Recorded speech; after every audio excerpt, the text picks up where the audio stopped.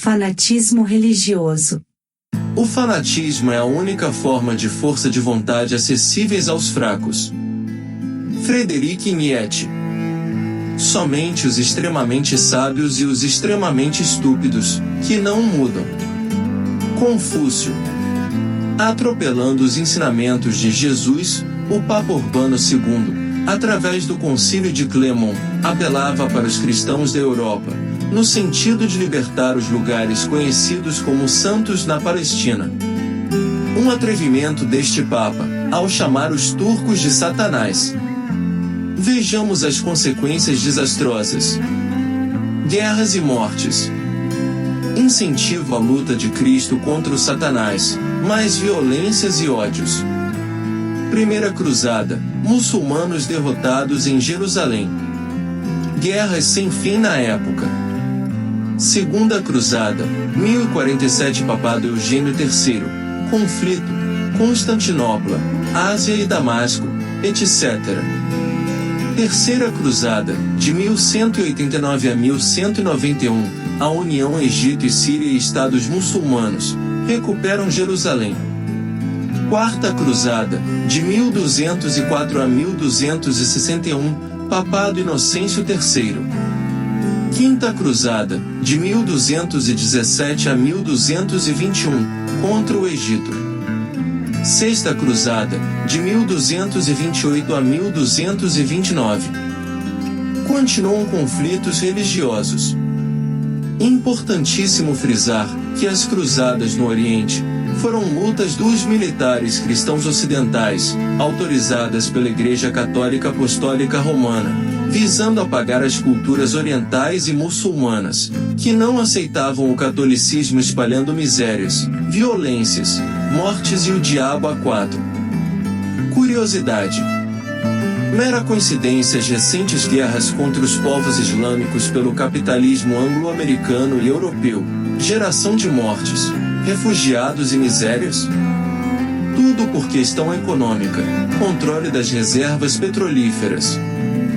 Sabia que as cruzadas, também, visavam recuperar o mercado do Mediterrâneo e as ilhas do Mar Egeu, que estavam sob o domínio dos muçulmanos. Como as cruzadas continuavam voltadas para políticas e mercados, enfraqueceram os dogmas cristãos e os papados desacreditados. E a situação se agravando com cobranças de pesados tributos, para a sustentação das guerrilhas religiosas e as mordomias eclesiásticas. E também, inflamando o fanatismo religioso.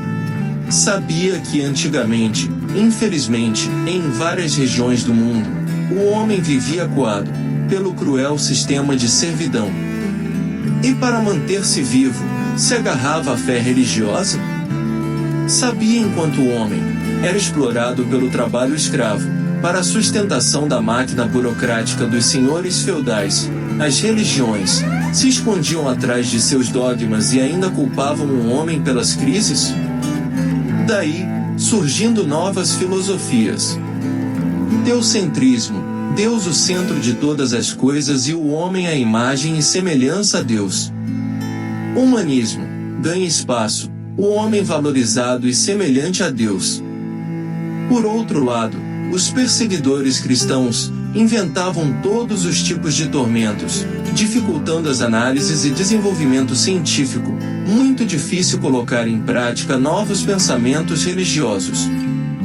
Os que não seguiam a fé cristã eram considerados hereges e muitos foram fuzilados, espetados e apedrejados, decapitados, enforcados, esquartejados, queimados ou enterrados vivos, assados no espeto ou no forno, amarrados às caudas dos cavalos.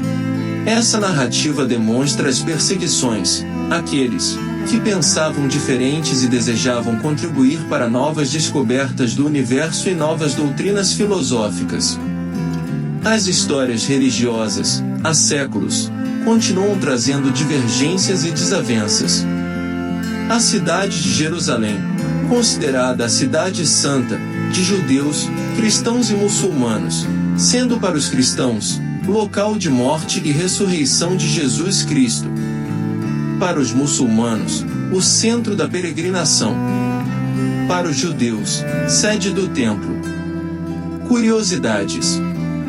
Lembrando que a proibição dos turcos às peregrinações ao Santo Sepulcro, fator de geração das guerras das cruzadas, em função das divergências entre os sacerdotes ortodoxos e os sacerdotes católicos romanos, provocou em seguida a Guerra da Crimeia e as constantes rivalidades entre católicos, judeus e muçulmanos no Muro das Lamentações.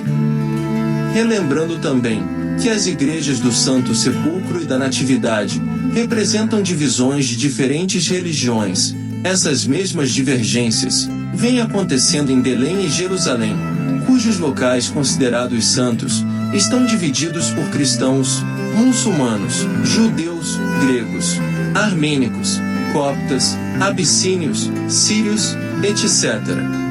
Em Jerusalém se encontra o Templo de Salomão, a Mesquita de Al-Aqsa, Cúpula do Rochedo, Quba al-Sirra, chamada também de Mesquita de Omar, o santuário mais antigo do Islã.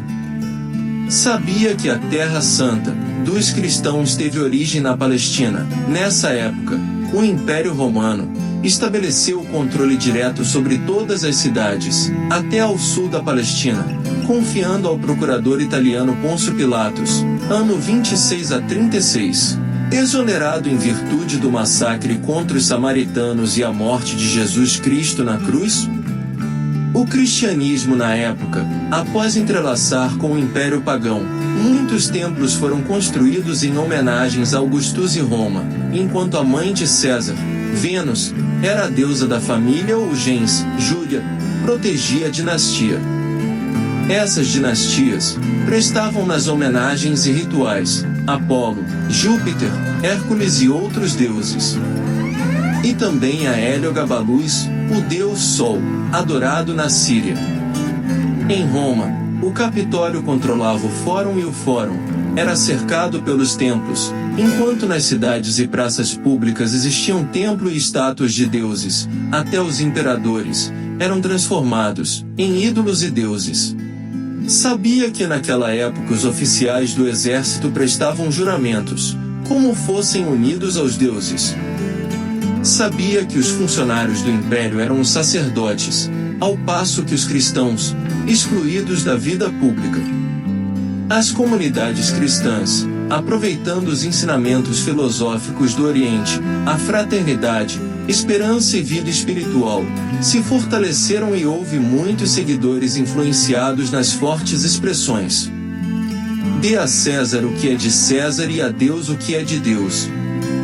Sabia que nessa época, o imperador Augusto, em vida deificou o imperador César?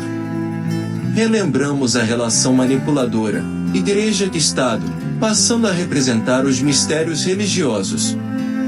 Assim, a imagem do Cristo crucificado, como a solução de todos os problemas, passando a fazer parte de rotina em várias nações, nas áreas públicas, nos palácios, assembleias, câmaras de vereadores, escolas, etc., influenciada pela mídia imperialista e capitalista, como se esse acontecimento tivesse ainda interligado no nosso dia a dia. E para reforçar, formando também uma salada de devoções aos santos, em que as artes religiosas cristãs se entrelaçaram com as artes e tradições populares, fé, festas e feriados, santos e santas. O sistema estatal religioso romano divulgava a obrigação aos reis magos, as imagens do batismo em Cristo, como valor teológico. E que as artes de Cristo e da Virgem, inspirados em São Lucas, as imagens e santos milagreiros, estivessem vindos do céu, bem como transformados em poderes sobrenaturais. Não obstante os fanatismos que prejudicam as boas convivências, é bom lembrar o apoio religioso com o setor público, que vem resgatando as histórias, as culturas, as tradições, as artes dos povos e os recantos terrestres.